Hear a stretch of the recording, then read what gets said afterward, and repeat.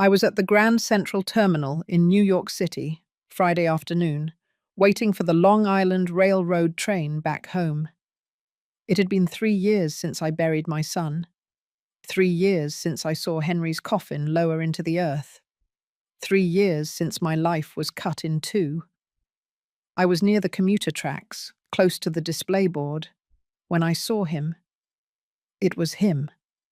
The same height, the same way of walking, the same curve in his shoulders when he adjusted his backpack, even the way he tilted his head to check his phone for directions.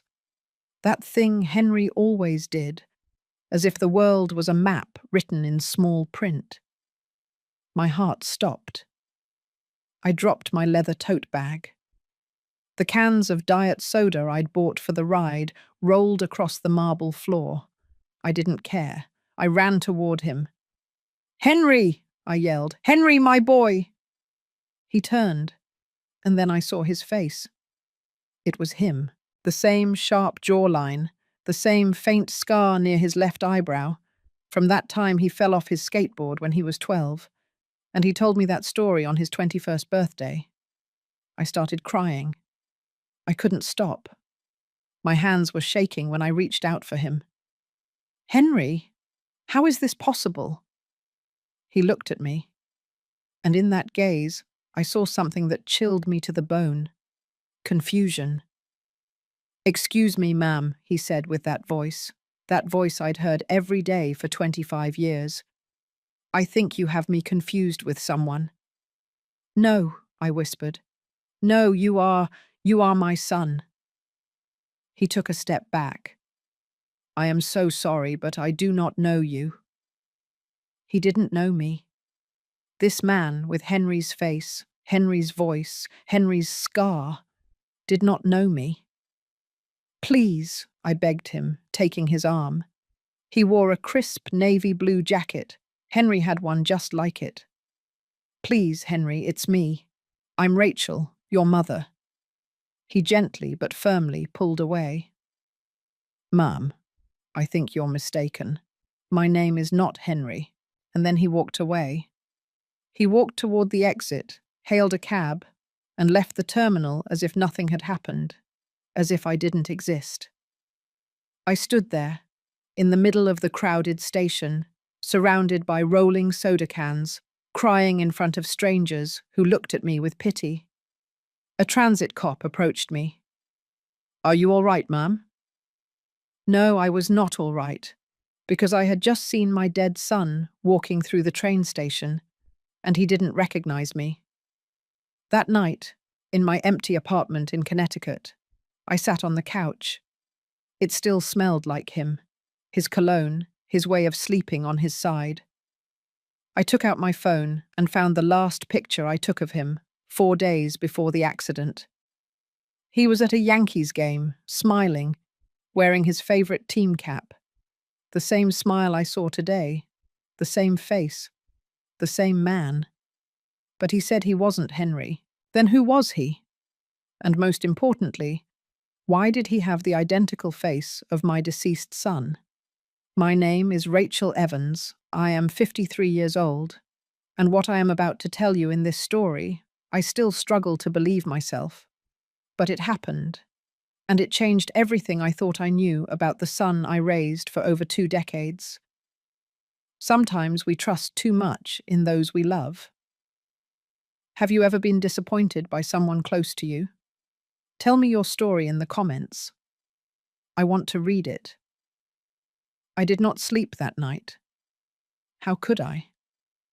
Every time I closed my eyes, I saw him, walking through that terminal, turning toward me, saying those words that broke me a second time.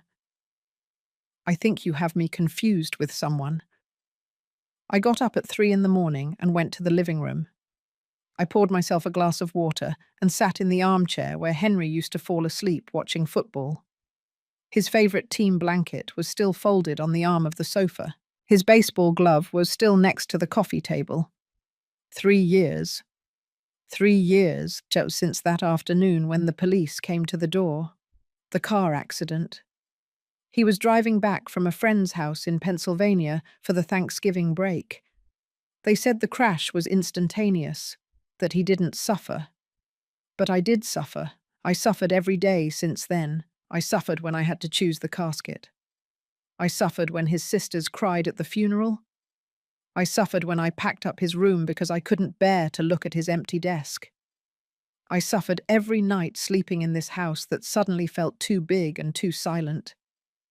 And now I was suffering again, but in a different way, because either I was going crazy or something impossible had happened in that train station. I took my phone. My hands were shaking when I opened the photo gallery. I searched for Henry's last photo. There he was, smiling, with his checkered flannel shirt he loved so much, with that scar near his left eyebrow. I zoomed in on the image. The scar. The same exact scar I saw today on that man's face. Henry told me the story of that scar when he was 18, just before college. We were on a beach trip to the Jersey Shore, sitting on the sand, watching the fireworks. I traced the thin line with my finger and asked him how he got it. I fell off my skateboard when I was 12, he told me. I was going down a steep hill in the neighborhood trying to impress a girl. I lost control and crashed into a mailbox. My dad almost passed out when he saw me come home with blood all over my face. He took me to the emergency room and they gave me 6 stitches. 6 stitches. The man at the train station had that same scar in the exact same spot. How was that possible? I stood up. I started pacing the living room. My mind kept spinning. There were 3 possible explanations. 1, grief had driven me insane and I was hallucinating. 2, Henry had faked his death in some impossible way. 3, that man was, what? A double? A secret twin?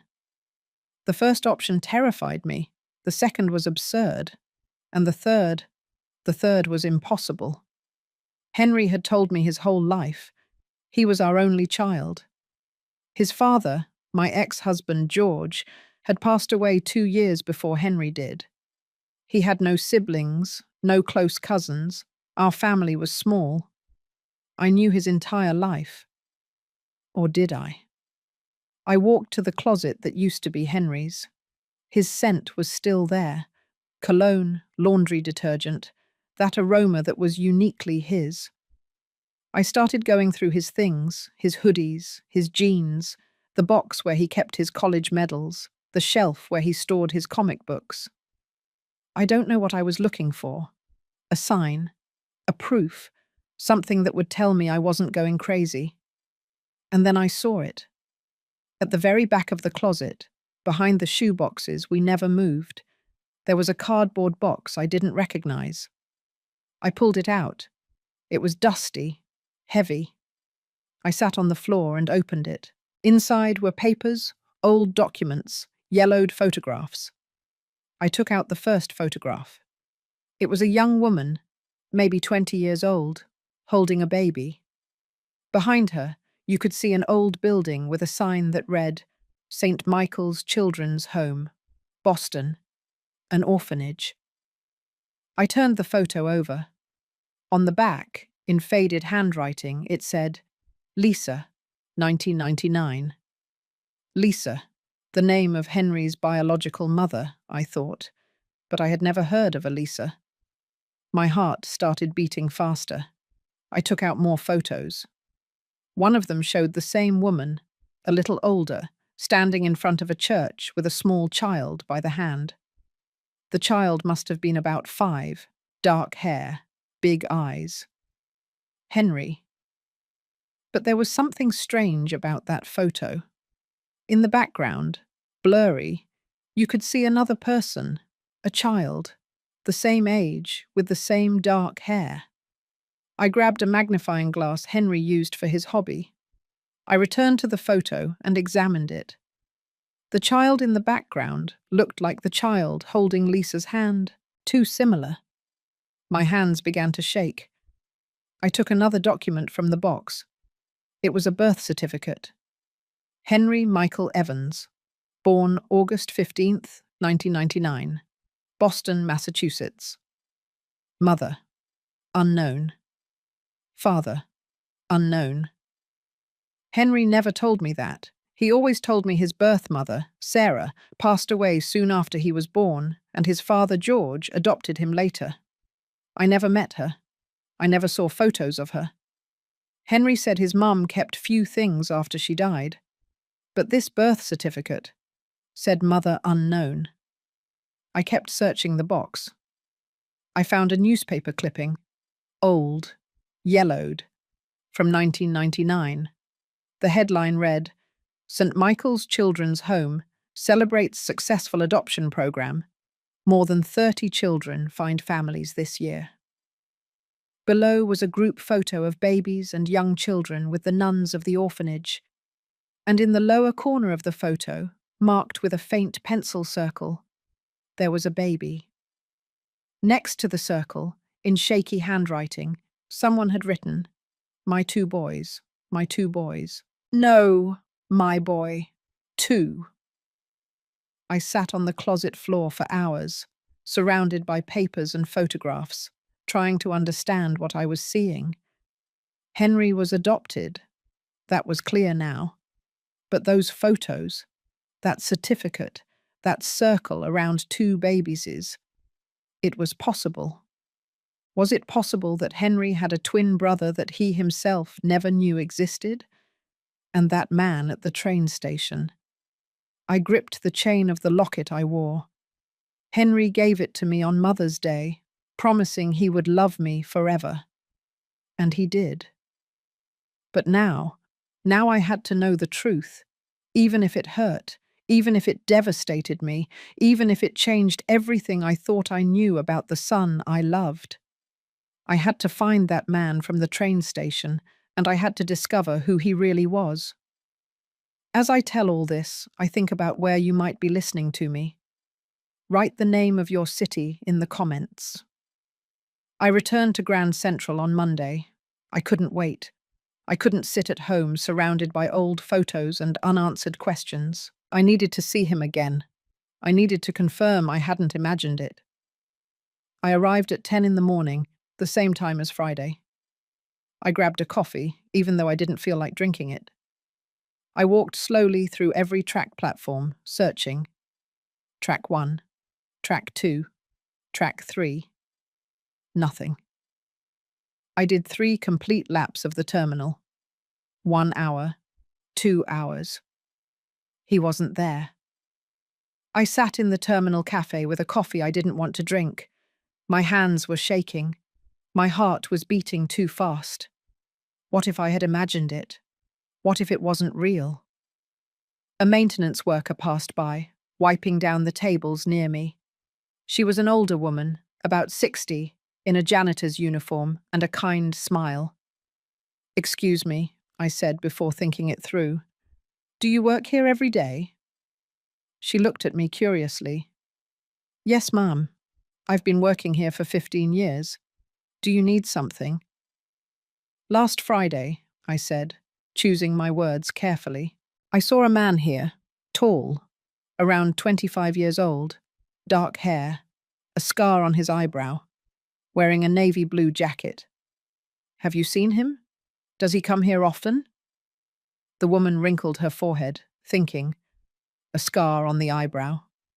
I pointed to my own eyebrow. She looked thoughtful. "I think I know who you mean. He comes every Friday afternoon. Very punctual, that gentleman. He always buys a ticket for the 4:30 p.m. train. He's usually here between 3 and 4 in the afternoon." My heart skipped a beat. "Do you know his name? Or where he lives?" She looked at me strangely. "No, ma'am. I just clean the tables. But he is very polite. Always greets me." "He buys a ticket for the 4:30 p.m. train." "Yes, like clockwork." 4 days. I had to wait 4 days to see him again, but now at least I knew I hadn't imagined it. That man existed. He came here every week, and I was going to be waiting for him. The next 4 days were torture. I couldn't sleep well. I couldn't eat well. My daughters, Sarah and Lisa, called me, worried. "Mum, are you okay?" Sarah asked me Wednesday afternoon. "You sound weird." "I'm fine, my love," I lied. "Just a little tired." "Have you been going to your therapist appointments?" she insisted. "After Dad and Henry's passing, you said you were going every week." I had stopped going 2 months ago. The sessions made me feel worse. The therapist wanted me to process the grief, to accept the loss, to move on. But how could I do that when I had just seen my dead son walking in a train station? "Yes, I'm going," I lied again. "Don't worry about me, Sarah. I'm fine." But I wasn't fine. I spent those 4 days investigating. I searched online for everything I could about St. Michael's Children's Home in Boston. I found that it had closed in 1985. Records had been transferred to the state's social services. I called the agency. They transferred me from extension to extension for 2 hours. Until finally a woman told me, "Adoption records from before 2000 are sealed, ma'am. They can only be opened with a court order, or if the adopted person requests their file." "But my son died," I explained. "I am his mother. I need to know if—" "I am sorry, ma'am. Without a court order, I cannot help you." I hung up, frustrated. I checked the box I had found in Henry's closet again. I took out all the photos. I put them in chronological order on the dining room table. Lisa, with a baby at the orphanage. Lisa, with a small child in front of the church. Lisa, with Henry, about 10 years old, in what looked like a family photo. Henry as a teenager, with his high school uniform. Henry as a young man, maybe 20, next to his sisters at a party. A complete life documented in photographs. But nowhere did his birth certificate mention his mother. Nowhere did his father, George, explain the adoption. It had all been a lie. Or perhaps Henry had lied to me. Maybe he never told me he was adopted. Maybe he took that secret to the grave. And if Henry had a twin, if that man at the train station was his brother, where had he been all these years? Why did they never meet? Why were they separated? So many questions, and only one way to find the answers. To return to that train station on Friday. On Friday, I arrived at 3 in the afternoon, an hour before he was supposed to appear, according to the cleaning lady. I sat in the cafe with a view of the main entrance. I ordered another coffee I wasn't going to drink. I put my phone on the table with Henry's last photo open. I looked at it every 5 minutes, comparing. The same eyes, the same nose, the same mouth. By 3:30, my heart was beating so fast I thought I was going to have a heart attack. At 10 minutes to 4, I saw him enter. It was him. He walked straight to the ticket machines. He took one. He started walking toward the commuter tracks. I stood up. My legs were shaking. This time, I wasn't going to run toward him yelling like a madwoman. This time, I was going to be smarter. I followed him at a distance. He checked the train schedule. He moved calmly, unhurriedly, like someone who has an established routine. He walked toward the newsstand. He bought a bottle of water, a copy of the New York Times. I followed him 10 feet back, pretending to check products on the stands. He hadn't seen me yet. He passed the pretzel stand. And then, as if he sensed someone watching him, he turned. Our eyes met. I saw the recognition on his face. He didn't recognize me, but he recognized that I was the woman from last Friday, the crazy woman who had confused him with someone else. He took a step back. "Please," I said quickly, raising my hands to show I wasn't a threat. "Please don't leave. I just want to talk to you." He looked around, as if searching for help. "Mom," I already told you last week I don't know you. I know, I said, approaching slowly. I know, and I believe you, but I need you to listen to me for just 1 minute. Please. He hesitated. I saw in his eyes that he was considering simply leaving. My son died 3 years ago, I said quickly before he could escape. His name was Henry Evans. And you? You are identical to him. He frowned. There are many people who look alike, Ma'am. Not like this, I insisted. You have the same scar as him. I pointed to my eyebrow. In the exact same spot, the same facial features, the same voice. He unconsciously touched the scar. That doesn't mean… Were you adopted? I asked directly. The change in his expression gave me the answer before he could speak. Surprise, discomfort, and something else. Fear?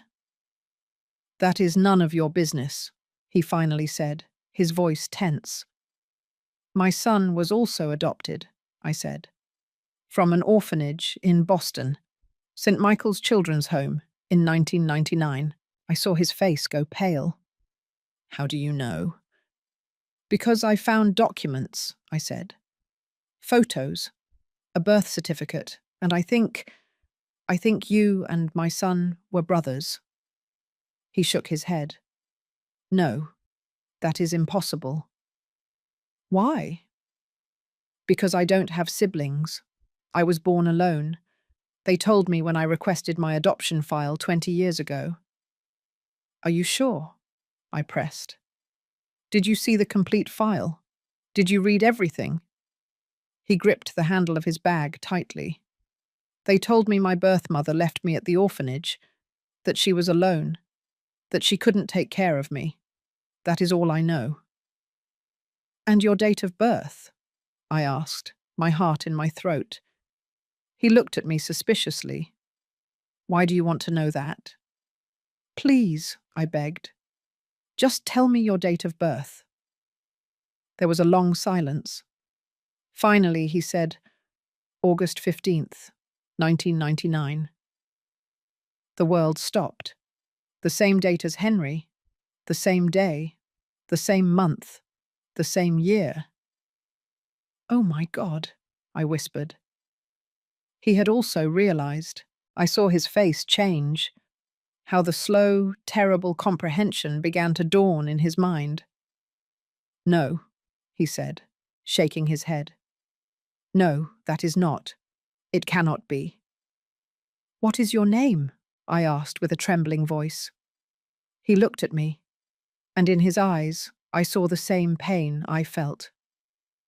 Robert, he finally said. My name is Robert.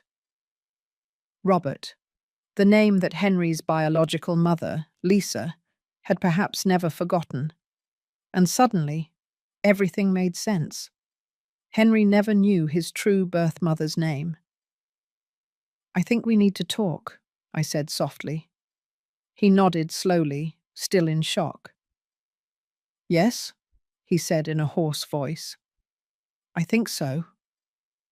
And there, in the middle of a busy train station in New York City, two strangers, united by a deceased man and a 25-year-old secret, we began to discover a truth that would change our lives forever. What would you have done in my place? Would you have believed him? Leave me your opinion in the comments. We ended up sitting in the terminal cafe. Robert had abandoned his ticket. I had left my bag too. Neither of us could think about catching a train at that moment. He sat across from me, hands on the table, staring at his coffee cup without touching it. I held mine, seeking warmth even though I wasn't cold. For the first 5 minutes, neither of us spoke. What do you say at a moment like this? How do you begin a conversation that could change everything you thought you knew about your life? Finally, I broke the silence. Since when did you know you were adopted? I asked softly. Robert looked up. Up close, the similarities to Henry were even more striking. The same shape of the eyes, the same wrinkles on his forehead, even the way he pursed his lips when he was thinking. "I always knew," he finally said. "My parents, my adoptive parents, never lied to me about it. Since I can remember, they told me they adopted me because they loved me and wanted me in their life. Were they good to you?" A small smile appeared on his face. "They were wonderful. My dad was a salesman in a tech company. My mum was a substitute teacher. We didn't have a lot of money, but we had love, a lot of love." His smile faded. "They both passed away 10 years ago, 6 months apart. My mum first, from cancer. My dad later, I think from loneliness." I nodded. I knew that kind of love, the kind of love that kills you when the other person leaves. "And did you ever look for your biological family?" "I tried once," Robert said, playing with his cup. "About 20 years ago, I went to the state's social services. I requested my adoption file. They gave me what they had. It wasn't much. A birth certificate that said mother unknown, father unknown. A report that said I was found at the door of St. Michael's Children's Home when I was only a few days old. A handwritten note that said, 'Please take care of my baby. I cannot give him what he deserves.'" My heart sank. "A note?" "Yes, I still have it at home. I saved it all these years." He paused. "They told me my mother was probably very young, that maybe her parents forced her to leave me. In those times, a single woman with a baby, well, you know how it was." Yes, I knew. The late 90s in the US. The stigma, the shame. Families that hid their pregnant daughters or sent them away. "And they never told you that you might have a brother?" "Never. The file didn't say anything about that. And when I asked if there was more information, they told me no, that the orphanage records were incomplete, that many documents had been lost when the place closed down." I took out my phone. I opened the photo of Henry. I put it on the table between us. This was my son, Henry. Robert looked at the photo, and I saw his face change, how disbelief gave way to astonishment, how his eyes filled with tears he was trying to hold back. "It's like looking at myself in a mirror," he whispered. "I know." "When did he die?" 3 years ago. A car accident. It was very fast. He didn't suffer." Robert passed his finger over the phone screen, zooming in on the image. "Did he know he was adopted?" I shook my head. "No, and I didn't know either until last week. I found a box hidden in his closet. Documents, old photos, a birth certificate that said father unknown, everything he never told me. Why do you think his mother, his birth mother, didn't tell him?" "I don't know," I admitted. "Lisa, his birth mother, passed away 3 years ago. I never had a chance to ask her. But I think maybe she was afraid of losing him, afraid that if he knew the truth, he would want to look for his biological family. Or maybe she herself didn't know the whole story." Robert leaned back in his chair, running his hands through his hair, a gesture Henry made when he was stressed. I don't even know what to think." "Me neither. My whole life I thought I was alone in the world," he said, his voice cracking. "That I had no blood family, that nobody had wanted to keep me. And now you tell me I had a brother, a twin brother, and that he's already gone, that I will never be able to meet him." The tears finally rolled down his cheeks. He didn't try to wipe them. I reached my hand across the table. He took it. And in that moment, he wasn't a stranger. He was Henry's brother. He was family. "I'm so sorry," I said. "I'm so sorry you went through this. Both of you. that you were separated, that you never had the chance to meet each other. Robert squeezed my hand. What was he like? Henry? What was he like as a person? I smiled through my own tears. He was good, so good, a hard worker. He loved camping. He spent hours on the weekends planning his next trip. He loved old rock music. He always said music doesn't judge you. It just needs speakers and patience. I also like camping, Robert said with surprise. I have a small camper van. I go to the national parks every other weekend. Henry loved Yosemite and Zion, I said, astonished. He said the mountains were his therapy. Seriously? Yes. I do the same thing. My friends know that in the spring, I'm unreachable. Robert laughed, a sad but genuine laugh. We fell silent, assimilating that small connection, that invisible thread that had united two brothers who never met. Did he have children? Robert asked. Two, Sarah and Lisa, adults now. Sarah's 33. She's a teacher. Lisa's 31. She's an accountant. They both live here in the city. Have you told them about me? Not yet. I wanted to be sure first. I paused. I wanted to meet you first. Robert nodded. And you? I asked. Do you have family? Something crossed his face. Sadness. I was married, he said slowly. 16 years, but we divorced 8 years ago. It was difficult. We couldn't have children.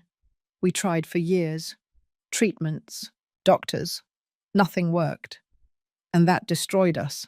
She blamed me. I blamed myself. In the end, there was nothing left between us but resentment. I'm sorry. Me too. He shrugged. After the divorce, I focused on my work. I'm a software engineer. I have my own small company. I work from home most of the time. And that's it. My life is simple, quiet. I looked at this man in front of me. This man who shared the same DNA as Henry, who had his same mannerisms, his same passions, his same loneliness. Because Henry also felt alone sometimes, even if he never admitted it. I saw it in his eyes when he thought I wasn't looking. That sadness of someone who feels something is missing, but doesn't know what. Maybe it was this. Maybe it was that brother he never met. That half of himself that was ripped away before he could even remember it. We need more answers, I finally said. We need to know what really happened. Why were you separated? If your birth mother is still alive, why did Henry's mother adopt only Henry and not both of you? How are we going to find that out? Robert asked. You yourself said the records are sealed. Then we'll get a court order. Or we'll look for someone who worked at that orphanage.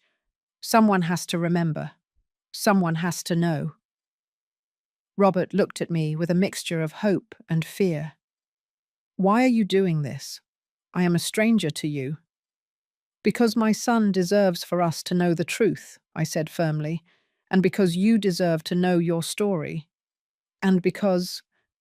My voice cracked. Because when I saw you in that train station, for a moment, Henry was alive again. And I know it sounds selfish, but I'm not ready to let him go completely yet. Robert nodded slowly. I understand. I'm not ready to let go of the possibility of having had a brother either. We sat there for another hour, sharing stories. He told me about his childhood in New Jersey, where he grew up, about how his father taught him to fish, about how his mother sang him lullabies when he was sick.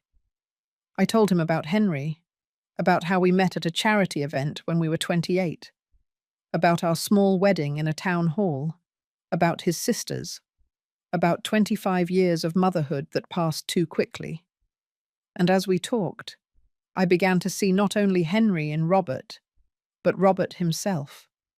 A kind man, a lonely man, a man who had spent his whole life feeling that something was missing without knowing what it was. Maybe I could give him that. Maybe I could give him the family he never knew he had. And maybe he could give me something too, not a replacement for Henry. Nobody could replace him. But maybe a connection, a reason to keep going, a way to keep my son's memory alive. When we finally stood up to leave, it was already dark outside. "Can I have your phone number?" I asked. "To keep you informed of what I find. And well, to talk, I guess." Robert smiled. That Henry smile that melted my heart. I would like that. We exchanged numbers. We walked out of the station together. He walked toward an old but well-maintained car, a silver Ford from 2010. Before getting in, he turned to me. "Thank you," he said, "for not thinking I'm crazy, for believing me, for wanting to know the truth." "Thank you," I replied, "for not running away when that hysterical woman chased you through the train station." We both laughed, a soft laugh that relieved some of the weight of everything we had discovered. I watched him drive away, and as I watched his taillights disappear into the traffic, I touched my locket. "Henry," I thought. "I don't know if this is a sign from you or just a cruel coincidence from the universe, but I found your brother, and I'm going to find out what happened to you both. I promise." The wind blew softly, moving the leaves of the trees in the parking lot. And for a moment, just for a moment, I felt as if Henry was there with me, telling me I was doing the right thing, telling me to keep going, telling me I wasn't alone. Over the next 3 days, Robert and I texted constantly. At first, they were simple things. "Good morning. Good night. How was your day?" But then they started to become deeper. He sent me photos of his camper van trips, green trees hanging over a lake, red rocks in a canyon, a campfire at night. I sent him photos of Henry, of our wedding, of his sisters when they were little, of the house Henry grew up in. And in every photo, Robert saw something familiar, a posture, an expression, a way of smiling. "It's like seeing a life I could have had," he texted me one night. "It's like seeing a version of my son I never knew," I replied. Thursday morning, he called me. "I found something," he said, without even saying hello. His voice sounded shaky. "I was going through my things, looking for the adoption file they gave me 20 years ago, and I found the note, the one my birth mother left. Do you have it there?" "Yes, I've been reading it over and over, and there's something I didn't see before." "What is it? Can I come to your house? I need to show you this in person." My heart got faster. "Of course. Yes. Come whenever you want. Is in an hour okay?" "Perfect." I hung up the phone with trembling hands. 1 hour. In 1 hour, I was going to have Robert here, in the house I shared with Henry, in the space that had been ours for over 20 years. Was I ready for that? I didn't know, but I needed to know what he had found. I spent that hour obsessively cleaning, even though the house was already clean. I put away the photos of Henry that I had in the living room. Then I took them out again. Then I put them away again. Was it weird to have photos of my deceased son when his twin brother was coming? Was it weird not to have them? In the end, I left them where they had always been. Henry was my son. This was his house, and I wasn't going to hide that. When the doorbell rang, I almost jumped out of the armchair. I opened the door. There was Robert, in jeans and a white shirt, holding an old manila envelope in his hands. "Hello," he said softly. "Hello. Come in." He walked in slowly, looking around. I knew he was seeing the house where his brother lived, where his brother died. "It's nice," he said. "Thank you. Would you like some coffee?" "Please." We went to the kitchen. I made coffee while he sat at the table. The same table where Henry and I ate breakfast every morning for years. I served his cup. I sat across from him. "What did you find?" I asked. Robert opened the envelope. He took out a yellowed paper, carefully folded. He put it on the table between us. "This is the note," he said. I leaned in to read it. The handwriting was shaky, feminine, from someone who had been crying while writing. It said, "Please take care of my baby. I cannot give him what he deserves. His father wants nothing to do with us. My family has kicked me out of the house. I have no job. I have no money. I am barely 17, and I do not know how I will survive myself, much less care for a child. Please, give him a good family. A family that loves him, a family that gives him everything I cannot. His name is Robert. Please do not change it. It is the only thing I can leave him. God bless you for taking care of him. L.M." I read the note 3 times. "L.M.," I finally said. "Do you have any idea who that might be?" When they gave me this note 20 years ago, the social worker told me that the initials probably corresponded to Lisa Miller, that was the name that appeared in some orphanage documents as the mother who had left me there. Lisa Miller. Oh my God, I whispered. "But here's what I didn't understand until now," Robert said, pointing to the note. "It says my baby, singular. It doesn't say my babies. It doesn't mention there were 2. Maybe she didn't know she was going to have twins." I thought that too. But then I looked at this. He took another paper from the envelope. It was a copy of his birth certificate. My date of birth is August 15th, 1999, but it says I was born at 2:30 in the afternoon at Boston General Hospital. I took out my phone. I opened the photos from Henry's box. I found his birth certificate. Henry's said he was born August 15th, 1999, at 2:15 in the afternoon at the same hospital. Robert nodded slowly. 15 minutes apart. That means the doctors knew there were 2, that Lisa knew there were 2. So why does the note only mention 1?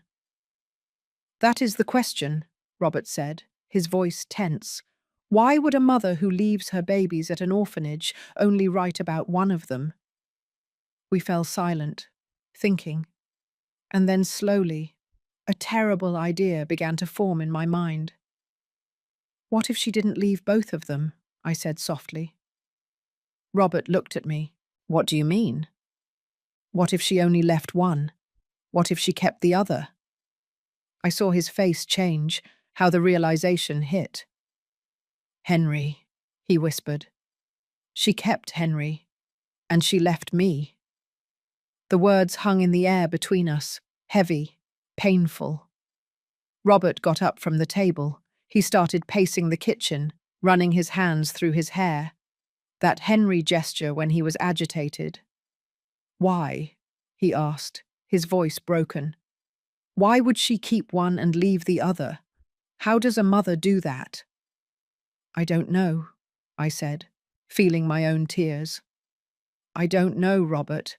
She was 17. She was alone. No family, no money," he continued, his voice rising. "And she decided she could care for one baby, but not 2. How did she make that decision? How did she choose?" "Maybe she had no choice," I said softly.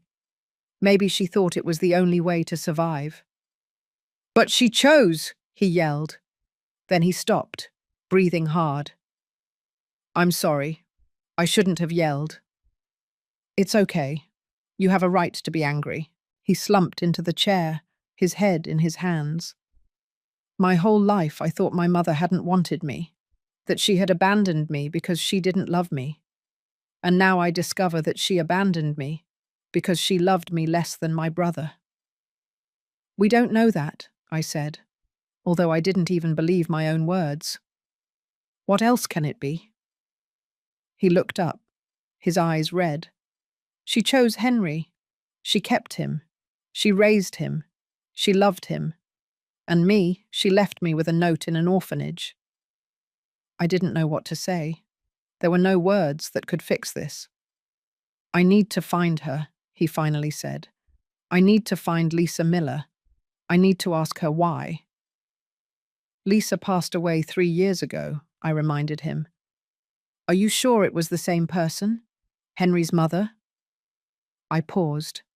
The truth was I wasn't completely sure. Henry's adoptive mother was Sarah. Maybe Lisa was her sister. I have photos of her, I said, from when she was young. I found them in Henry's box. Can I see them? I went to my bedroom. I took out the box. I returned with the photos.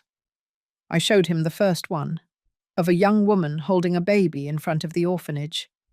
Robert took it with trembling hands. It's her, he whispered. It's the woman from my dream. What? I have a recurring dream, he explained, without taking his eyes off the photo. I've had it since I was a child. I dream of a young woman holding me, singing to me, crying. I never see her face clearly, but I feel she loves me, that she doesn't want to let me go. His tears fell onto the photo. It's her. I know it's her. I put my hand on his shoulder. Robert. Where is she buried? He asked abruptly. Lisa. Where is her grave? In Woodlawn Cemetery in the Bronx. Why? I want to go.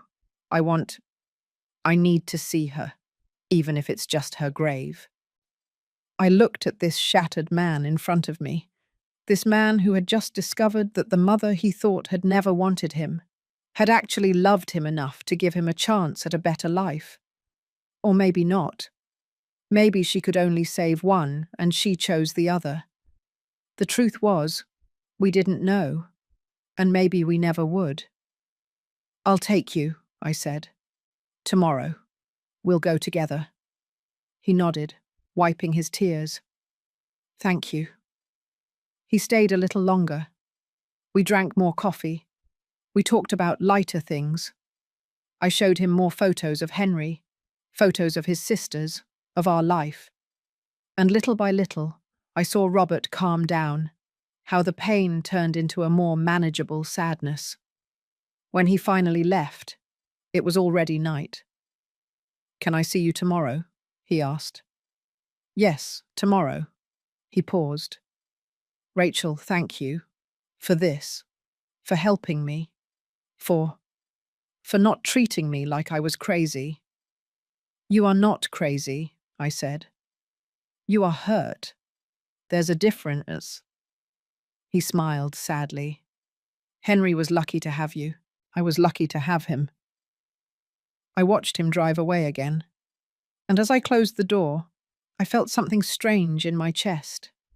It wasn't the sharp pain of loss that I had felt for 3 years. It was something different. Something almost like hope. Hope that maybe, just maybe, something good could come out of all this pain. That night, before sleeping, I sat on the bed with the photo of young Lisa holding a baby. I looked at it for a long time. Why did you do it? I whispered to the photo. Why did you separate them? Was it out of necessity? Out of love? Out of desperation? The photo, of course, didn't answer. But somewhere in my heart, I wanted to believe that Lisa had done the best she could, that she had loved both her children, and that leaving one had been the most painful decision of her life, a decision she took to the grave without ever telling Henry the truth. I touched my locket. Tomorrow I would take Robert to meet his mother, even if it was 25 years late, even if it was just a tombstone with a name. It was something, and sometimes something is better than nothing. Friday dawned cloudy. I woke up early before the sun rose. I hadn't slept well. All night I dreamed of crying babies, of a young woman who had to choose, of two identical children in separate cribs. I got up, made myself a coffee, and sat in the kitchen waiting for 9 in the morning. That was the time I had arranged to pick up Robert. At 8:30, my phone rang. It was Sarah, my daughter. "Mum, are you okay?" she asked without saying hello. "I called you 3 times last night and you didn't answer." I felt guilty. I had been so absorbed in all this that I had ignored her calls. "Sorry, my love. I was busy." "Busy with what?" "Mum, you're worrying me. For a week you've been acting strange." I took a deep breath. I had to tell them. Sarah and Lisa. They had a right to know that their brother had a twin brother. "Can you and Lisa come over tonight?" I asked. "I need to tell you both something important." "Are you sick?" Her voice sounded alarmed. No, it's not that. It's about Henry. I discovered something. Something you need to know." There was a silence. "What is it?" "Tonight. I'll explain everything tonight. Can you both come at 7? "Okay," she said, still sounding worried. "We'll be there." I hung up the phone just as the doorbell rang. Robert had arrived. I opened the door. He was dressed in black. Black pants, black shirt. As if he were going to a funeral. It made sense. "Good morning," he said. His voice sounded tired. He had dark circles under his eyes. It was obvious he hadn't slept either. "Good morning. Do you want coffee before we go?" "No, thank you. If you don't mind, I'd rather go now." "Of course. Let me grab my keys." The drive to the cemetery took 40 minutes. We went in my car. Robert was in the passenger seat, looking out the window without saying anything. I didn't speak either. What do you say at a moment like this? When we arrived at the cemetery, I parked near the entrance. There were few people. An elderly gentleman putting flowers on a grave. A young woman praying in front of a tombstone. An elderly couple walking slowly through the paths. "It's this way," I said, guiding Robert. We walked in silence along the paved path. We passed rows and rows of graves, names, dates, photos, complete lives summarized on marble tombstones. Finally, we arrived. Lisa Miller's grave. It was simple. A grey granite tombstone with her name, her date of birth, and her date of death. And a phrase Henry's father had chosen. "Beloved mother, rest in peace." Robert stood in front of the grave, not moving. I stayed a few steps back, giving him space. For long minutes, nothing happened. He just looked at the tombstone, his hands in his pockets, his jaw tight. And then he spoke. "Hello," he said softly. "I'm Robert, your son, the one you left." His voice broke on the last word. "I don't know if you can hear me. I don't know if it matters after so many years. But I need to say this." He took a deep breath. "I need you to know that I had a good life, that my adoptive parents loved me, that I was happy, that I don't hate you for leaving me." Tears began to roll down his cheeks. "But I need you to know also that it hurt. All my life it hurt not knowing why I wasn't enough, why you kept Henry and not me." He knelt in front of the grave. "Now I know it probably wasn't your fault, that you were very young, that you were alone, that maybe you thought it was the only way. But it still hurts. It hurts to know that I never met you, that I never got to ask you why, that I never had the chance to tell you that I understand, or that I forgive you, or that I love you anyway. I was crying now too, silently, standing behind him. I met Rachel, Robert continued, Henry's mother. She's a good person. She has treated me kindly. She has helped me understand. And she has shown me photos of you when you were young. I saw the photo of the orphanage. I saw you holding that baby. I saw the love in your eyes. He wiped his tears with the back of his hand. I want to believe you held me that way too, even if it was for one day, even if it was for a few hours. I want to believe you loved me before you let me go. He remained kneeling there, in silence, for what seemed like hours, but was probably only minutes. Finally, he stood up. He turned to me. "Thank you for bringing me," he said. "You don't have to thank me." "Do you think she knew?" he asked. "Lisa, do you think she knew that Henry never found out he had a brother?" "I don't know," I admitted. "Maybe. Maybe she planned to tell him someday and never found the right time. Or maybe she decided it was better he didn't know, that it would be more painful to know he had lost a brother he never met." Robert nodded slowly. Henry was happy, right? In his life. Was he happy? "Yes," I said with certainty. "He was very happy. He loved his sisters. He loved me. He loved his work, his camping, his quiet life. He wasn't perfect, but he was happy." "That's good. I'm glad at least one of us had that." "You can have that too," I said softly. He looked at me. "How? I'm alone. No family, no—" "But you're not alone anymore," I interrupted. "You have nephews and nieces, Sarah and Lisa. They have a right to know their uncle. And you have a right to have family." "Do they know about me?" "I'm going to tell them tonight. They're coming to my house, and I would like you to be there, so they can meet you." Robert fell silent, processing this. "Are you sure? I don't want to intrude on your family." "You are not intruding. You are part of this family. You always were, even if nobody knew it." He nodded, his eyes shining with new tears. But this time they weren't tears of pain. They were of something else, something that looked like hope. We stayed a little longer at the cemetery. I knelt in front of Lisa's grave, and I spoke to her too. "Hello, Lisa," I said softly. "I know Henry loved you. He always spoke of you with such affection. He said you were the best mum in the world, and I believe you were. You did what you thought was right. And thanks to you, Henry had a beautiful life." I paused. "But Robert also deserves to be remembered. He deserves to be part of this story. So I'm going to make sure he is. I promise you."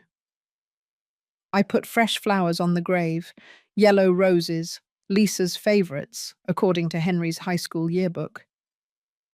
When we left the cemetery, the sun had come out. The clouds had cleared a bit. "Are you hungry?" I asked. "I know a place nearby that makes delicious burgers and fries." Robert smiled. A small but genuine smile. "I would love that." We went to a small diner that Henry and I used to frequent. It hurt a little to enter without him, but it also felt good to take Robert, as if it were a way to keep the connection alive.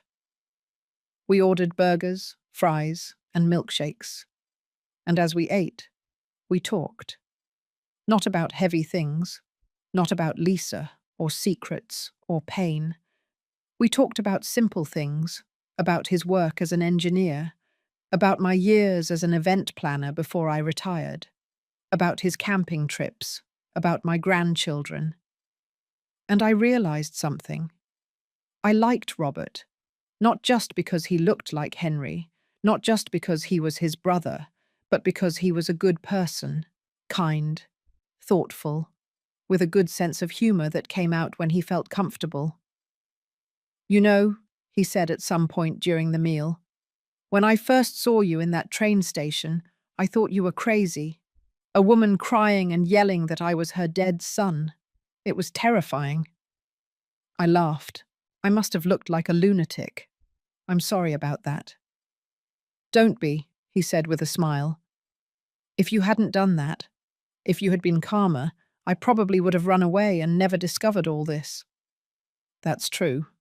Sometimes the crazy things are the ones we need to do. We finished eating and ordered more coffee.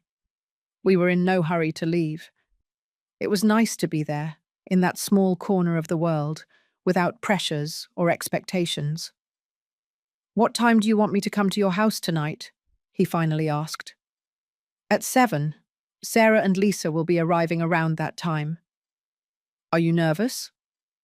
"Very," I admitted. "I don't know how they'll react. It's a lot to process." "It's been a lot for you, too," Robert pointed out. "And you've handled it incredibly well." I don't know if incredibly well is the right description. I've cried every day for the last week, but you kept going, you investigated, you found me, you helped me. That took a lot of strength. His words warmed my heart. "Thank you," I said softly. "No, thank you. For everything." We looked at each other across the table. And in that moment, I felt something I hadn't felt in a long time. It wasn't romantic attraction. Not yet. It was connection, understanding, the feeling that someone truly sees you and accepts what they see.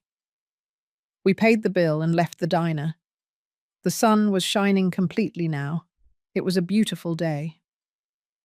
"I'll see you at 7 then," I said, when we arrived at where his car was parked. "At 7, he confirmed. "And Rachel?" "Yes." "Thank you. For everything.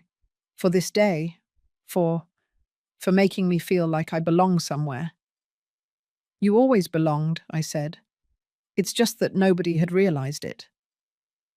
I watched him drive away, and as I drove back home, I thought about everything that had happened in the last week. A week ago, I was alone in my empty house, drowning in my grief for Henry. Now I had Robert. I had a mystery to solve. I had a reason to get up every morning. It wasn't the same as having Henry back. Nothing could replace that. But it was something. And as I had told Robert, sometimes something is better than nothing. That afternoon, I prepared the house for the meeting. I cleaned, I made coffee, I got cookies, and I took out all the photos. The ones from Henry's box, the ones of Lisa, the ones of the birth certificate, the note from Lisa. Everything was going to come out into the light tonight, and I didn't know how my daughters would react. I only knew they deserved the truth, the whole truth, even if it hurt. I still wonder if I did the right thing by looking for the answers. And you? What would you have done in my place? At 7 sharp, the doorbell rang. It was Sarah and Lisa. I opened the door and there were my 2 daughters. Sarah in her business suit, straight from work. Lisa in jeans and a casual shirt, her accountant uniform. "Mom," Sarah said, hugging me. "You had us so worried." "I know, my love. Come in. Sit down. I'm going to explain everything." They walked into the living room.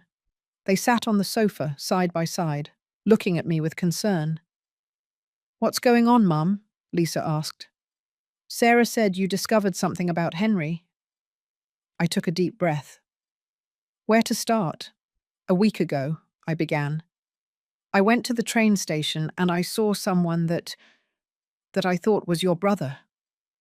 Sarah frowned. "How did you see Henry?" "Mum, Henry died 3 years ago." I know. But this man, he was identical to him. The same face, the same voice, the same scar on his eyebrow." Lisa and Sarah looked at each other, worried. Mum, Lisa said softly, have you been taking your medication? Have you been going to your therapist appointments? I'm not crazy, I said firmly, and I'm not hallucinating. This man is real. And it turns out he is your brother's twin brother. Silence. Sarah was the first to speak. What? Your brother had a twin brother. His name is Robert, and we never knew about him because they were separated at birth. Henry was adopted by his birth mother, Lisa, and Robert was adopted by another family. That is impossible, Sarah said, standing up. Henry would have told us. His mum would have told us. Henry's birth mother never told him he was adopted, I explained. I found documents hidden in Henry's closet, birth certificates, photos from the orphanage, a note from his birth mother. Let me see, Sarah demanded, her lawyer's instinct taking over. I went to the dining room table where I had put everything. I brought the box. I put it in front of them. Lisa and Sarah started going through the documents. I saw their faces change, from skepticism to confusion, from confusion to astonishment. Oh my God, Lisa whispered, looking at the birth certificate. It's true. Henry was adopted. And this Robert? Sarah asked. Where is he? Did you meet him? Yes, I met him. We've been talking all week, investigating, trying to understand what happened. And what happened? Lisa asked. I told them everything. About Lisa Miller, about how she had twins at 17, about how she apparently kept Henry and left Robert at the orphanage, about the note, about the grave. When I finished, both were silent. Sarah couldn't find the words. It's too much. I know. Why did he never tell us? Lisa asked, her voice breaking. Why did Henry never tell us he was adopted? Because he never knew, I said softly. His mother never told him, and when she passed away, the secret died with her. Until now, Sarah said. Until now. The doorbell rang again. The three of us turned toward the door. That must be Robert, I said. I asked him to come so you could meet him. Now? Sarah exclaimed. Mum, this is too fast. We haven't even processed. I know, but he is so alone, and you are his family, the only one he has left. I went to open the door. Robert was there, with a box in his hands and looking nervous. Hello, he said. I brought cupcakes. I didn't know if it was appropriate, but it's perfect, I said, smiling. Come in. I led him to the living room, and I saw the exact moment my daughters saw Robert for the first time. The shock on their faces, the disbelief, the recognition. Because there he was, an exact copy of their brother, standing in their living room. Oh my God, Sarah whispered. You're identical to Henry, Lisa finished, standing up. Robert stood there, uncomfortable, not knowing what to do.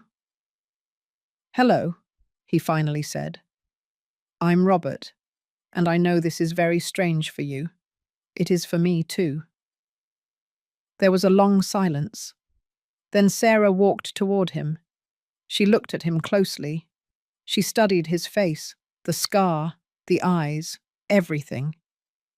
You have his smile, she said with tears in her eyes. The same smile Henry had when he was nervous. Really? Yes. She wiped her tears. I don't know what to think. I understand, Robert said. If you want me to leave.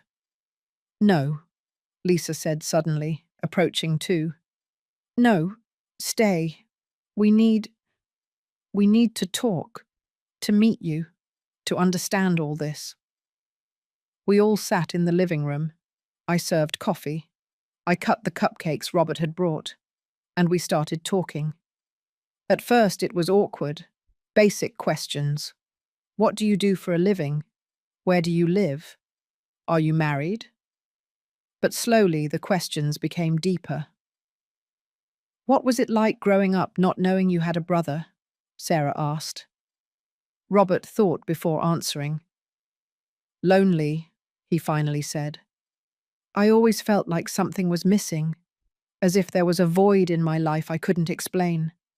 My adoptive parents were incredible. Don't get me wrong, but there was something, a connection I didn't have with anyone. Henry used to say something similar sometimes, Lisa said quietly. When he drank a little too much at Thanksgiving, he would say that sometimes he felt as if he had left something important behind, as if he had forgotten something. Mum, do you remember? I nodded. I remembered. Henry had those moments of inexplicable melancholy. Maybe we felt each other, Robert said. Maybe on some deep level, we knew we were missing the other. Twins have that, Sarah said, who had started Googling on her phone. There are studies on twins separated at birth. Many report feeling an inexplicable connection, similar dreams, similar tastes, even physical pains at the same time. Really, Robert asked. Yes, it's fascinating. Sarah looked at him with renewed curiosity. Do you have any allergies? To shellfish? Why? Henry, too, Lisa said. He was allergic to shrimp. Once his whole face swelled up at a restaurant.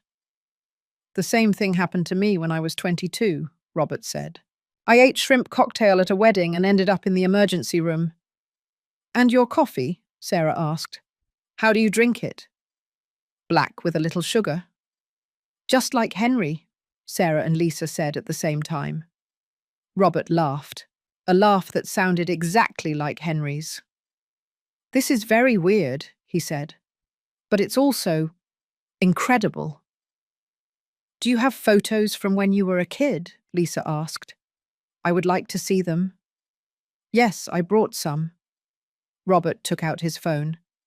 I thought maybe you would want to see. He passed the phone. Sarah and Lisa looked at the photos. I came closer too. There was Robert as a child, 5 years old, smiling with 2 missing teeth. Oh my God, Sarah said. He's identical to this photo of Henry. She went to a shelf and picked up a picture frame. It was a photo of Henry at the same age, 5 years old, smiling with 2 missing teeth. We put them side by side. They were indistinguishable. How is it possible that you never met? Lisa said, shaking her head. 25 years living in the same state, maybe in the same city, and you never crossed paths. Until now, Robert said softly, looking at me. Thanks to your mum. Mum was always kind of a detective, Sarah said with a small smile. When we were kids and we did something wrong, she always found out who it was. She said she had a 6th sense. It wasn't a 6th sense, I said. It was just paying attention. Well, I'm glad you paid attention this time, Lisa said. She looked at Robert. Because now we have an uncle we never knew we had. An uncle? Robert repeated with a trembling voice. Well, what else would you be? Sarah said practically. You're Henry's brother. That makes you our uncle. I saw Robert's eyes fill with tears. I never thought I would have nieces and nephews. Well, now you have 2, Lisa said, and soon to be 3. My husband and I are adopting a baby girl in 2 months. Seriously? Robert wiped his tears. Congratulations. Thank you. And now that baby is going to have a great uncle we never knew existed. We all laughed. It was a laugh mixed with tears, but it was genuine. We spent the next 3 hours talking, comparing stories, finding similarities, filling in the blanks. Robert told them about his divorce, about his work, about his camping. Sarah and Lisa told him about their lives, their jobs, their partners, their plans. And I sat there, watching this impossible scene, feeling something I hadn't felt in 3 years. Peace. It wasn't the peace of having overcome the pain. The pain was still there. It would probably always be there. But it was the peace of knowing that something good had come out of all this. That Henry, even though he was gone, had left a legacy. Not just in his sisters, but in this brother he never knew. "You know what we should do?" Sarah said suddenly. "We should do a DNA test, to officially confirm." "That's a good idea," Robert said, "to be 100% sure." "I'm already sure," Lisa said. "But yes, let's do it for the records." "And then," Sarah continued, "we should have a family dinner, a big one, with everyone. You, Uncle Robert, Lisa, my husband Mark, everyone." "I would love that," Robert said. "Me too," I said. When it was finally time to leave, it was almost 11 at night. I couldn't believe how much time had passed. Sarah hugged Robert at the door. "I'm glad Mum found you," she said. "Henry would have wanted us to meet." "I'm glad too," Robert said, returning the hug. Lisa hugged him next. "Welcome to the family, Uncle Robert." Those words made Robert cry again, but they were good tears this time. When my daughters left, and it was just Robert and me, we sat in the living room in silence for a moment. "Thank you," he finally said, "for this, for giving me a family." "You don't have to thank me. This was always your family. We just know it now. Your nieces are incredible." "I know. Henry was very lucky." "Henry was very lucky in general," Robert said. "He had a mother who loved him, a family that adored him, a full life." He paused. "Sometimes it hurts to think about everything he had, and I didn't." "But now you have it," I said softly. "Now you have nieces who love you. You have a family. You have a place where you belong, thanks to you." "No," I said. "Thanks to fate, or to God, or whatever it was that made me see you in that train station. I just followed my instinct." Robert stood up. I did too. At the door, he turned to me. "Can I hug you?" he asked. "I know it's weird, but—" "It's not weird," I said, opening my arms.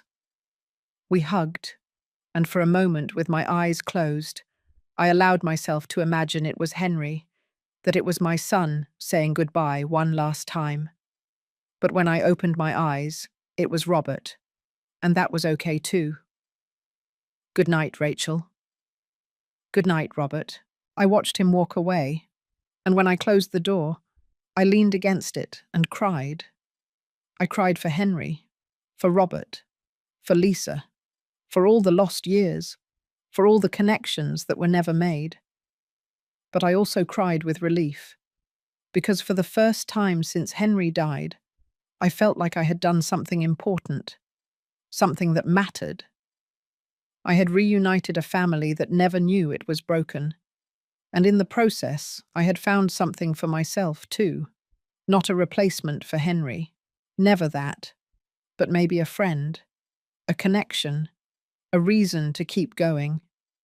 That night, before sleeping, I looked at Henry's photo on my nightstand. "I found him," I whispered to him. "I found your brother. And he's a good person, my love. You would have liked him." I touched the photo softly. "I wish you were here to meet him. I wish things had been different." The silence of the house answered me, but it wasn't such a heavy silence anymore, because now I knew I wasn't completely alone, that there was a part of Henry still in this world, walking, breathing, living, and that was enough for now. The following weeks were strange. Good, but strange. Robert began coming to the house regularly. At first it was once a week, Sundays. It became our tradition. I cooked. He brought dessert, and we spent the afternoon together. Sometimes Sarah and Lisa came too. Sometimes it was just the two of us. And slowly, very slowly, I began to get to know Robert not as Henry's brother, but as Robert. I discovered he liked reading mystery novels, that he collected classic rock vinyl records, that he had learned to play the guitar when he was young, but had quit after the divorce. "Why did you quit?" I asked him one Sunday while we were doing the dishes together. "Because she hated the sound," he said with a sad smile. "She said it gave her a headache. So I put the guitar in the closet and never took it out again." That's sad. Many things in that marriage were sad. He shrugged. But it's over now. It doesn't matter anymore. Is the guitar still in the closet? Yes. You should take it out, I said. Life is too short not to do the things you love. I knew it well. Henry died at 25, just when we were planning his first big trip, just when he was going to start doing all those things we always said he would do someday. Someday never came. You're right, Robert said thoughtfully. Maybe I should. 2 days later, he sent me a video. It was him playing the guitar. An old song by Tom Petty, Wildflowers. Henry loved that song. I replied, "Beautiful. Your brother would have loved to hear you play." He replied, "Maybe in some way he did hear me. I like to think so. That Henry was somewhere, watching all this, and was happy that his brother and I had found each other." A month after the day he met Sarah and Lisa, Robert invited me to his house for the first time. He lived in a small house in the suburbs of New Jersey. Nothing luxurious, but well kept, with a small garden in the front, full of flowers. "Your garden is beautiful," I said when I arrived. "Thanks, it's my therapy." He showed me his tomatoes that were huge and red. "Look at these. They are heirloom variety. I planted them 3 months ago." "Henry also planted heirloom tomatoes," I said, touching one of the plants. He said they tasted better than the ones at Kroger. He was right. We have to try them. He cut 2 ripe tomatoes. We're going to use them for lunch. He invited me inside. The house inside was simple, functional furniture but not much decoration, few paintings on the walls, few photos. It was the house of someone who lived alone and didn't receive many visitors. "Sorry about the mess," he said, although there was no mess. Everything was clean and tidy. "It's perfect," I said. He prepared lunch for me. Pasta with the tomatoes from his garden, fresh basil, olive oil. Simple but delicious. We ate at his small kitchen table, with a view of the garden through the window. "Do you feel lonely here?" I asked without thinking it through. Then I regretted it. "I'm sorry, I shouldn't have." "No, it's okay," he interrupted me. "Yes, sometimes I feel lonely, especially at night, but I got used to it. After the divorce, I preferred to be alone than to be with someone who made me feel worse." I understood that. I knew widowed women who had remarried quickly because they couldn't stand the loneliness, but I could never imagine myself with anyone else but Henry. "And you?" Robert asked. "Do you feel lonely in your house?" "All the time," I admitted. "The house is too big for one person. There are too many memories, too many empty spaces." "Have you thought about selling? Moving to something smaller?" Sarah suggested it, but I can't. That house it's where Henry lived, where we raised his sisters. Selling it would feel like betraying him. Robert nodded. "I felt that way about my wedding ring. After the divorce, I took it off but kept it in a drawer. I couldn't throw it away. It was like throwing away 8 years of my life. Even if those years weren't happy, they were still mine." "Do you still have it?" "Yes. In a box, along with other things I don't know what to do with." photos, letters, memories of a life that no longer exists. We were silent for a moment, two people carrying their own sorrows, their own losses. "You know what the hardest thing is?" he finally said. "It's not the loneliness itself.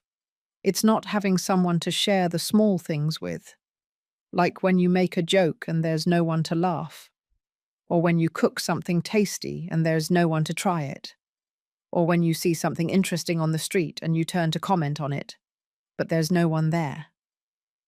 "Yes," I whispered. "Exactly that. Henry was lucky to have you," Robert said, looking at me, "to have someone to share all that with for 25 years. I was lucky to have him." After lunch, Robert showed me the rest of his house. His small office, where he worked, his simple bedroom, and in a room at the back, his music room. There was his vinyl collection, hundreds of them organized alphabetically, and in the corner, on a stand, his guitar. "I took it out," he said, touching it softly, "after your text. I cleaned it. I changed the strings, and I've been playing again." "I'm glad. Do you want to play something?" "I'd love to." He sat down and started playing. Another old song, Yesterday by the Beatles. I closed my eyes and listened, and for a moment, I felt as if Henry was there with me. Not literally, not as a ghost or spirit, but in the music, in his brother's hands playing those strings, in the memory of all the times Henry and I sang that song in the car. When he finished playing, I had tears in my eyes. "I'm sorry," I said, wiping them. "That song was special for you and Henry." "Yes, we used to sing it when we drove." Robert put the guitar aside. He sat next to me on the small couch in the music room. "Rachel, there's something I've wanted to ask you, but I haven't known how." "What is it?" "Is it okay?" he asked softly. "That I'm here, that we've formed this friendship. Doesn't it feel like you're replacing Henry?" I thought carefully before answering. "At first," I admitted, "I felt guilty, as if being with you was betraying his memory. Because you look so much like him, you sound so much like him. Sometimes when I'm not paying attention, for a second I think you're him." "I know, I've noticed. But," I continued, "little by little I've realized that you are not Henry. You are Robert, and although you look alike, you are different. You are quieter, more introspective, more musical. Henry was more outgoing, more direct, more sporty. And is that okay? That I'm different?" "It's more than okay," I said, "because I don't want a replacement for Henry. Nobody could replace him. But I do want—" I searched for the right words. "I do want a friend, someone who understands, someone to share the small things with." Robert smiled. That Henry smile that melted my heart, but that I was now beginning to recognize as Robert's too. "I want that too," he said, "and I can be that friend for you. If you let me. You already are." We sat there, in that small music room, surrounded by vinyl records and memories, two lonely people who had found mutual comfort. It wasn't romance. Not yet. But it was something. It was connection. It was companionship. It was the promise that neither of us had to be alone. 2 weeks later, Robert invited me to a concert. It was a blues festival in New Orleans, a genre Henry never enjoyed, but that I always loved listening to live. "You don't have to come if you don't want to," he said when he proposed it to me. "I know maybe it's weird, but I have 2 tickets, and I thought—" "I would love to go," I said without hesitation. The night of the concert, I dressed more carefully than I had in months. I put on a navy blue dress that Henry had given me years ago, but that I rarely wore. I put on light makeup. I styled my hair. When I looked in the mirror, I almost didn't recognize myself.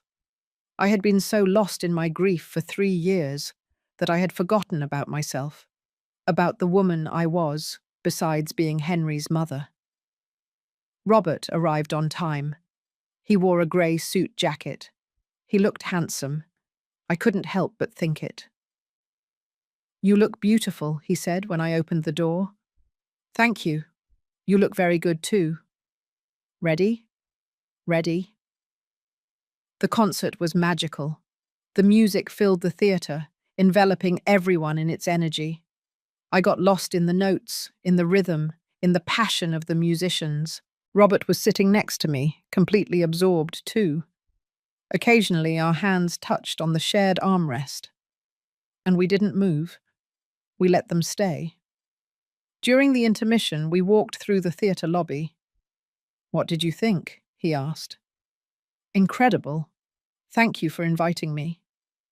"Thank you for coming." He paused. I had forgotten how nice it is to share something like this with someone. "Me too." We looked at each other, and in that moment, I felt something I hadn't felt in a long time. A spark. Small, almost imperceptible. But it was there. It wasn't guilt. It wasn't betrayal. It was just possibility. The possibility that maybe, just maybe, life hadn't ended when Henry died. The possibility that maybe there was still joy to be found, moments to live, connections to make. Not now, not yet. But someday, maybe. After the concert, Robert drove me home. At the door, before saying goodbye, he said, "Rachel, there's something I want you to know." "What?" "These last 2 months since I met you have been the best of my life in a long time. And it's not because you look like Henry's mother, or because you are my connection to the brother I never met. It's because you, because you are kind, and strong, and genuine. And I feel fortunate to have met you." My heart beat faster. "I also feel fortunate to have met you." "Good," he smiled. "I just wanted you to know." "Robert, you don't have to say anything." He interrupted me gently. "I'm not asking for anything. I just wanted you to know how I feel." I nodded, speechless. "Good night, Rachel." "Good night, Robert." I watched him walk away, and when I entered my house, I sat on the sofa and touched my locket. The locket that Henry gave me. The locket that promised eternal love. "Henry," I whispered to the empty air. "I don't know what to do. I don't know if it's okay to feel what I'm starting to feel. I don't know if I'm betraying you, or if this is what you would have wanted for me."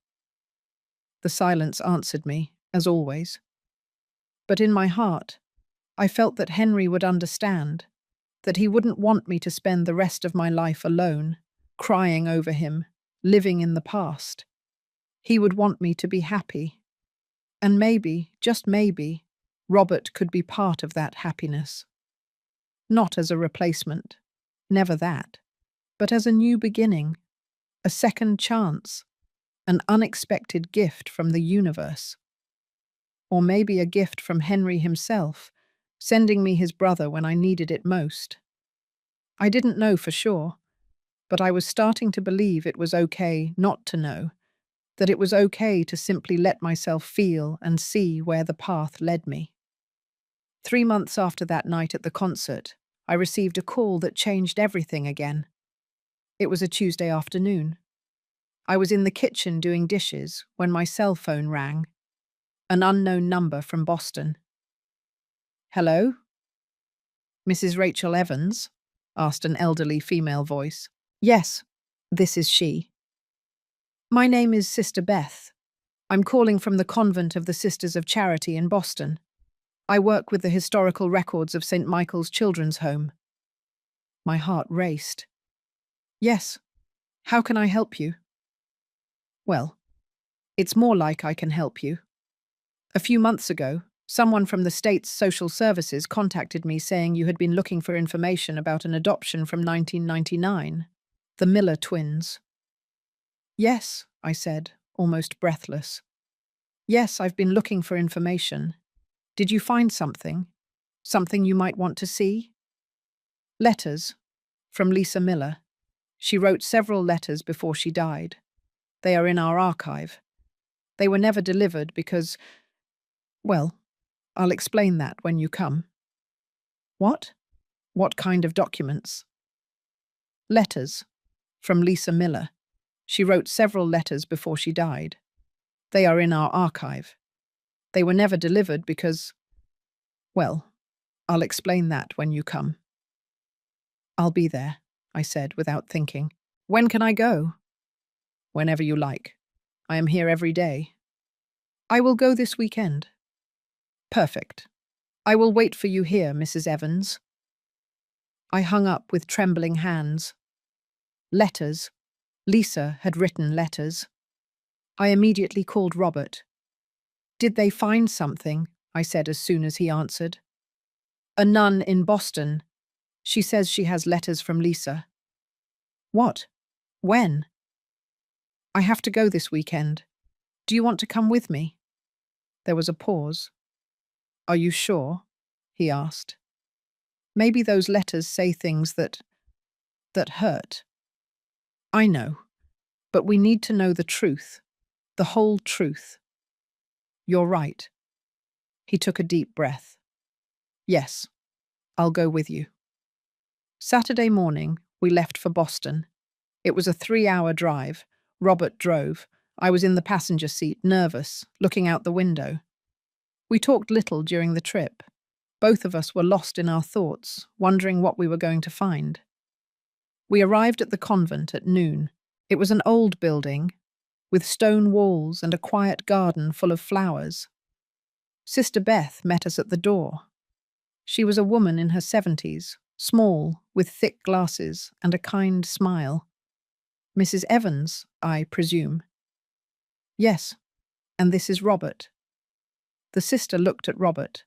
Her eyes widened. Oh my God, she whispered. You must be one of the twins. Yes, sister. You look so much like... She stopped. Please come in. I have a lot to show you.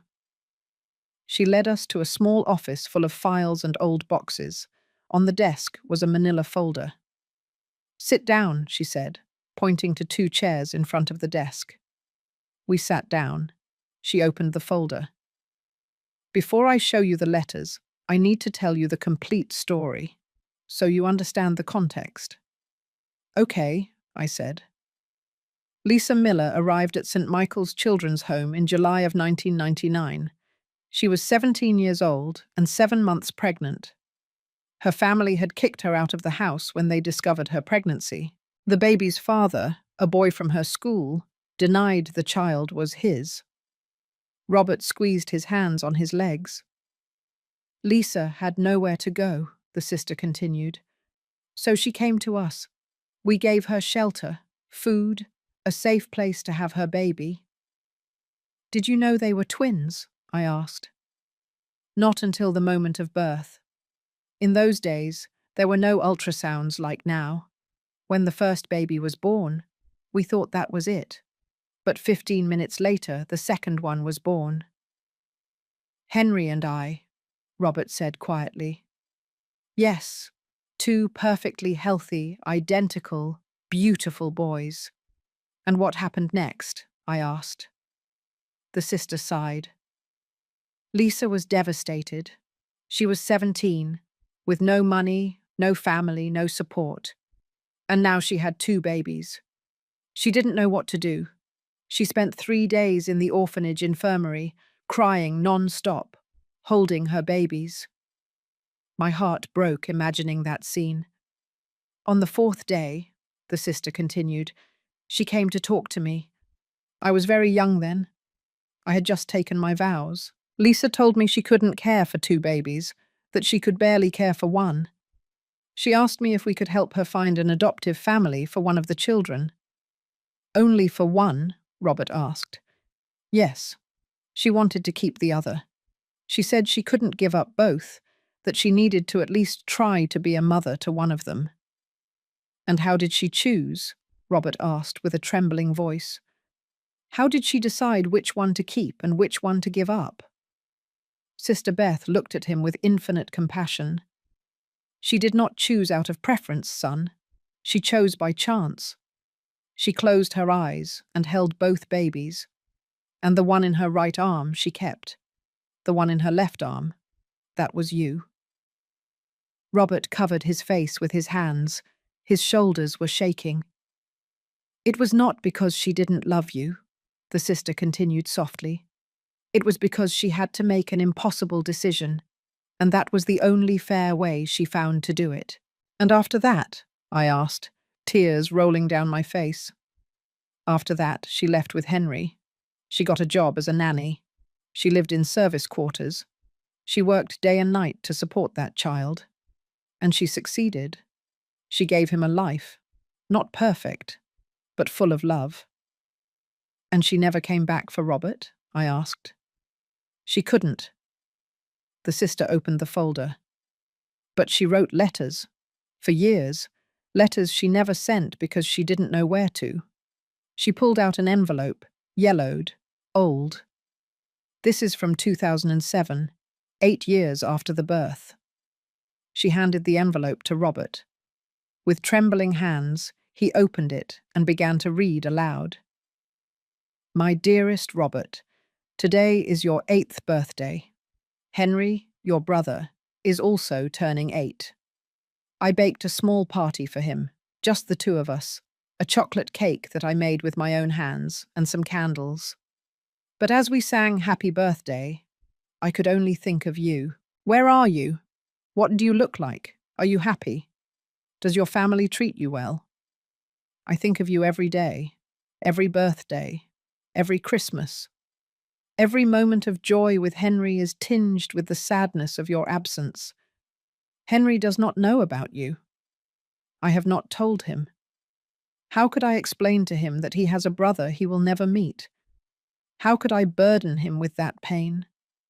Sometimes I wonder if I did the right thing, if I should have found a way to keep both of you, if I should have been stronger. But then I look at Henry, healthy and happy, and I tell myself that at least I saved one, that at least one of my children is okay. I pray every night that you are also okay, that you found a family that loves you as I could not love you, that you are happy. I love you, my son. Even if you are not with me, even if I never see you again, I will always love you. Your mother, Lisa. Robert couldn't keep reading. He was sobbing openly now. I got up and hugged him. We were both crying. Sister Beth waited patiently, tears in her own eyes. There are more, she said softly when Robert could breathe again. She wrote one every year until 2017, 18 letters in total. Why did she never send them? I asked. Because the adoption records were private. She didn't know who had adopted Robert. She didn't know his last name. She didn't know where he lived.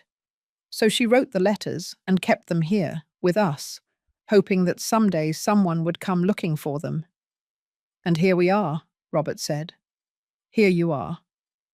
The sister handed him the folder. All of these are yours, to read when you are ready. Robert took the folder with reverence, as if he were holding something sacred. Thank you, sister. There is one more, she said.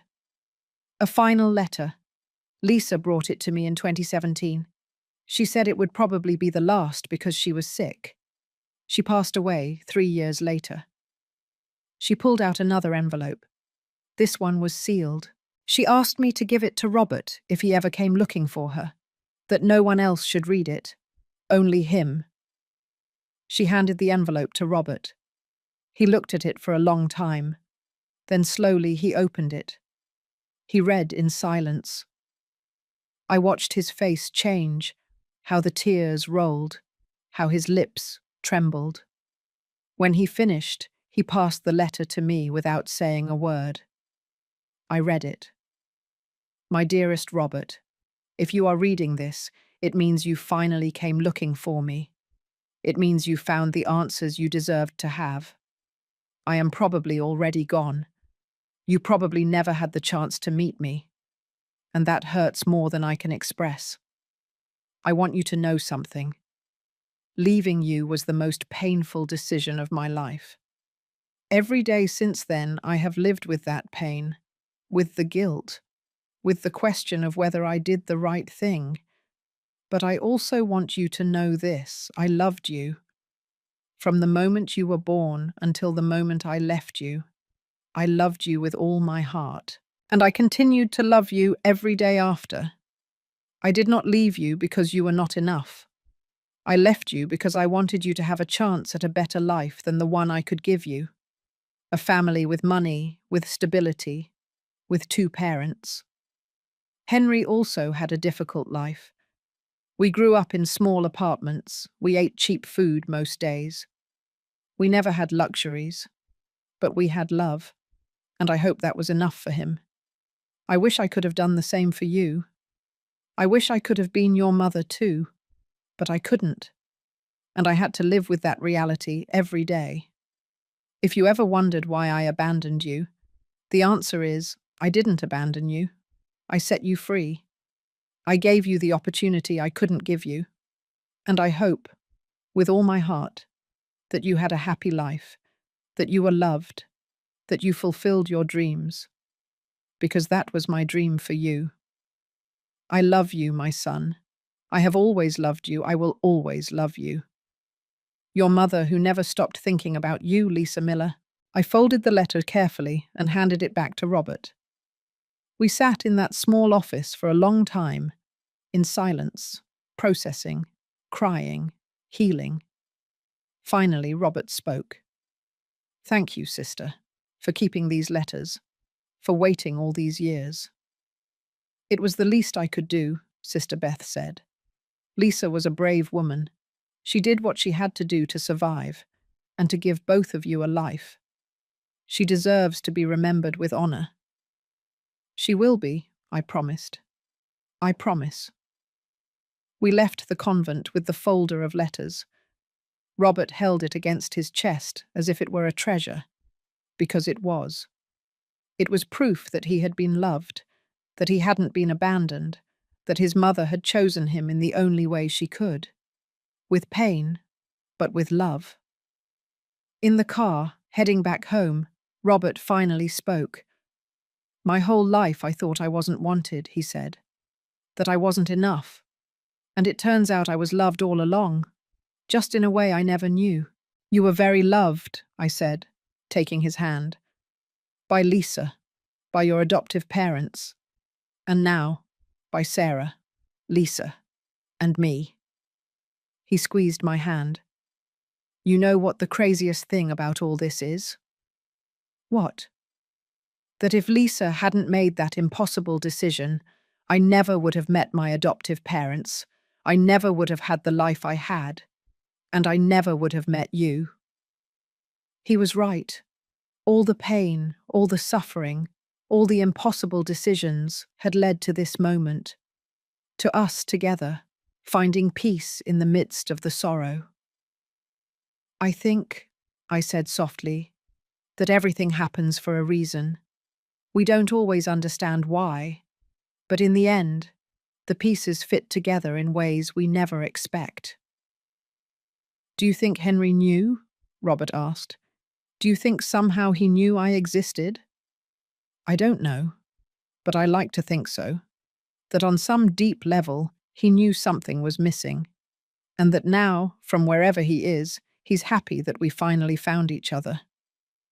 Robert smiled, the first genuine smile since we entered that convent. I like to think that too.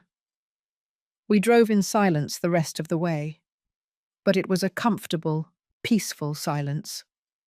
When we arrived at my house, it was already night. Do you want to come in? I asked. No, thank you.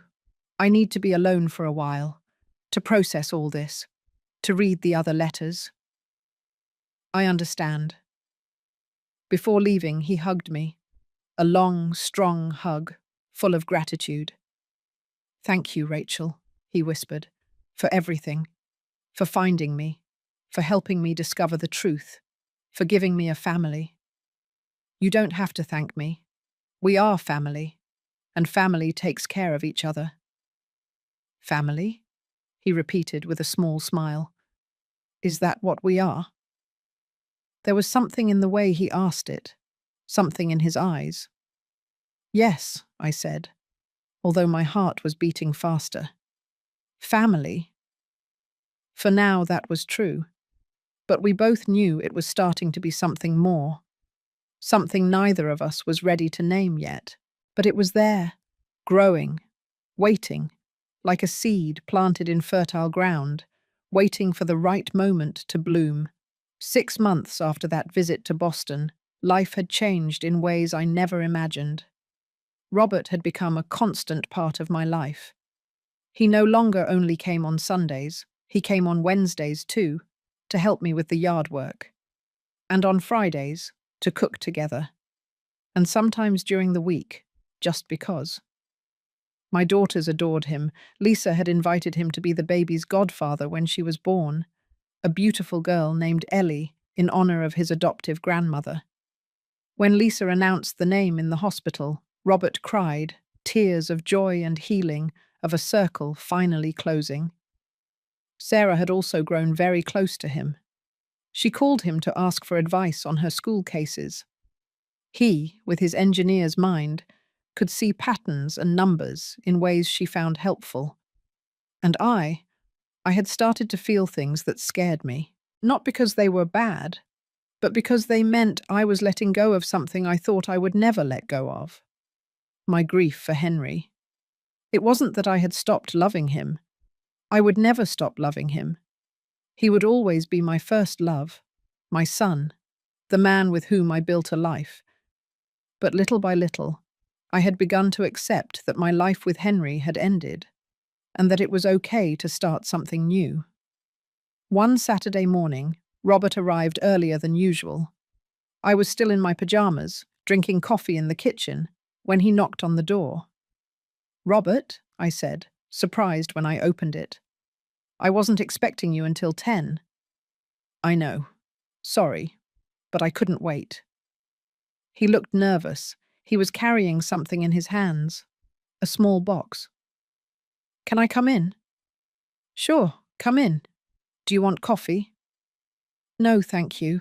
I need to tell you something." My heart began to beat faster. We sat in the living room. He put the box on the coffee table, but didn't open it yet. "What's wrong?" I asked. "You're scaring me." "I don't want to scare you. I want to—" He took a deep breath. "Rachel, these last few months have been the happiest of my life, and I know it's probably too soon. I know maybe I'll never measure up to Henry, but I need to tell you this. Rachel, I'm in love with you," he said all at once. "I don't know when exactly it happened. Maybe it was at that concert, or maybe it was when you invited me to meet your daughters, or maybe it was the day you took me to my mother's grave and held my hand while I cried. I don't know, but it happened, and I can't pretend we're just friends anymore." Tears filled my eyes. "I'm also in love with you," I whispered, "and I felt so guilty about it." "Why?" "Because it feels like betraying Henry, like replacing him." Robert took my hands. "You're not replacing him. I am not Henry. I never will be. And I don't want to be. I want to be Robert, the man who loves you for who you are." "Not because you are his mother, but because you are smart and strong and beautiful and kind." "I don't know if I'm ready," I admitted, "for this, for loving someone again." "You don't need to be ready today, or tomorrow, or next month. I just need you to know how I feel, and that when you are ready, if you ever are, I'll be here waiting." I looked at this man in front of me, this man who had entered my life in the most impossible way, who shared my son's face but had his own heart, his own soul. And I realized something. I didn't have to choose between Henry and Robert. I could love both, in different ways, at different times. But both were valid. Both were real. "There's something I need to do first," I said. I stood up. I went to my bedroom. I opened the drawer of my dresser. And I took out the locket. I had worn it for 3 years. I never thought I would take it off. But now, looking at it, I knew it was time. Not because Henry didn't matter, but because I had learned that loving someone new didn't mean stopping loving the one you lost. It simply meant that your heart had found more space. I returned to the living room. Robert looked at me, expectant. "I need to do something," I told him. "Would you come with me?" "Where?" "To the cemetery." Half an hour later, we were standing in front of Henry's grave. There were fresh flowers, the ones I put there every week. Robert stayed a few steps back, giving me space. I knelt in front of the tombstone. I touched Henry's name engraved in the marble. "Hello, my love," I whispered. "I came to say goodbye. Not forever, never forever, but in a different way." The tears rolled down my face freely. "I met your brother. I know you already know. I know somehow you brought us together, because we needed to find each other.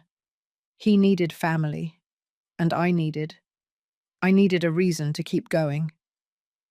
I touched the locket. "I fell in love with him, Henry, and I feel guilty about it.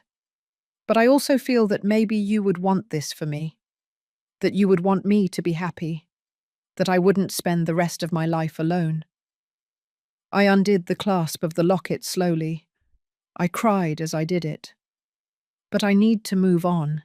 I need to live, because I'm still here, and you would want me to live, wouldn't you? The wind blew softly, moving the flowers, and I felt in my heart that Henry was giving me his blessing. "Thank you," I whispered, "for everything, for 25 years of love, for a life that, although it ended too soon, was complete. I will never forget you. You will never stop being a part of me." I kissed the locket, and then I placed it on the small vase of flowers in front of the grave. "But now it's time for me to find my own happiness again, and I think your brother can give me that, in a different but good way, very good." I stood up. I wiped my tears. "I love you, Henry. Always." I turned toward Robert. He had tears in his eyes, too. "Are you sure?" he asked. "I'm sure." We walked back to the car, holding hands. And although my heart still ached for Henry, it also felt light, free, ready to love again. 3 months later, Robert and I were in the yard of my house. He had brought new seeds, heirloom tomatoes, the same ones Henry used to plant. "Are you sure you want to plant them?" he asked. "I know this was Henry's garden." "It was Henry's garden," I said. "But now it can be our garden. We don't have to erase his memory to create our own history." Robert smiled. That smile that no longer reminded me so much of Henry, but that had begun to be uniquely Robert's. We planted together. We dug the soil. We put in the seeds. We watered them. And as we worked, we talked about our plans. Robert had decided to sell his house. It was too big for one person, and it was too far away. "Have you thought about where you would move?" I asked, although I had an idea. "Well," he said carefully, "I had thought, maybe, if it's not too soon." "Yes," I said before he could finish. "Yes?" "Yes, you can move here, if that's what you wanted to ask." His face lit up. "Are you sure? I don't want to pressure you." "I'm sure. This house is too big for me alone, and you spend most of your time here anyway. It makes sense." And your daughters? What are they going to think? I already asked them. They think it's fine. In fact, Sarah said it was about time we stopped pretending we were just friends. Robert laughed. He pulled me toward him, and he kissed me. It wasn't our first kiss. We had had our first kiss a month ago, one night after dinner, when the conversations stopped and we simply looked at each other and knew it was time. But every kiss still felt special. It still gave me butterflies in my stomach. I love you, Rachel, he said against my lips. I love you too, Robert. And I meant it. Not in the same way I loved Henry. It was different, but it was no less real. It was no less deep. It was simply new. A second chance at happiness. A gift that the universe, or God, or Henry himself had given me when I needed it most. That night we had dinner with the whole family. Sarah, Lisa, her husband Mark, the little Ellie, Robert, and me. All around the table that used to belong only to Henry and me, but that was now ours. Lisa raised her glass. A toast, she said, to Uncle Robert, to Mom and to Henry, who somehow brought us all together. To Henry, everyone repeated. And to second chances, I added. To the love we lost and the love we found. To second chances, everyone said. We toasted, we drank, we laughed. And in that moment, surrounded by my family, with Robert's hand in mine, I felt completely at peace. It had been a year since that afternoon at the train station when I saw a ghost. A year since my life changed forever. And it had been the most difficult year of my life, but also the most transformative. I had lost my son, but I had found his brother.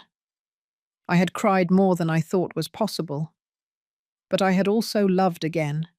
I had discovered painful secrets, but I had also found healing truths, and I had learned something important, that life doesn't end with loss, it just changes.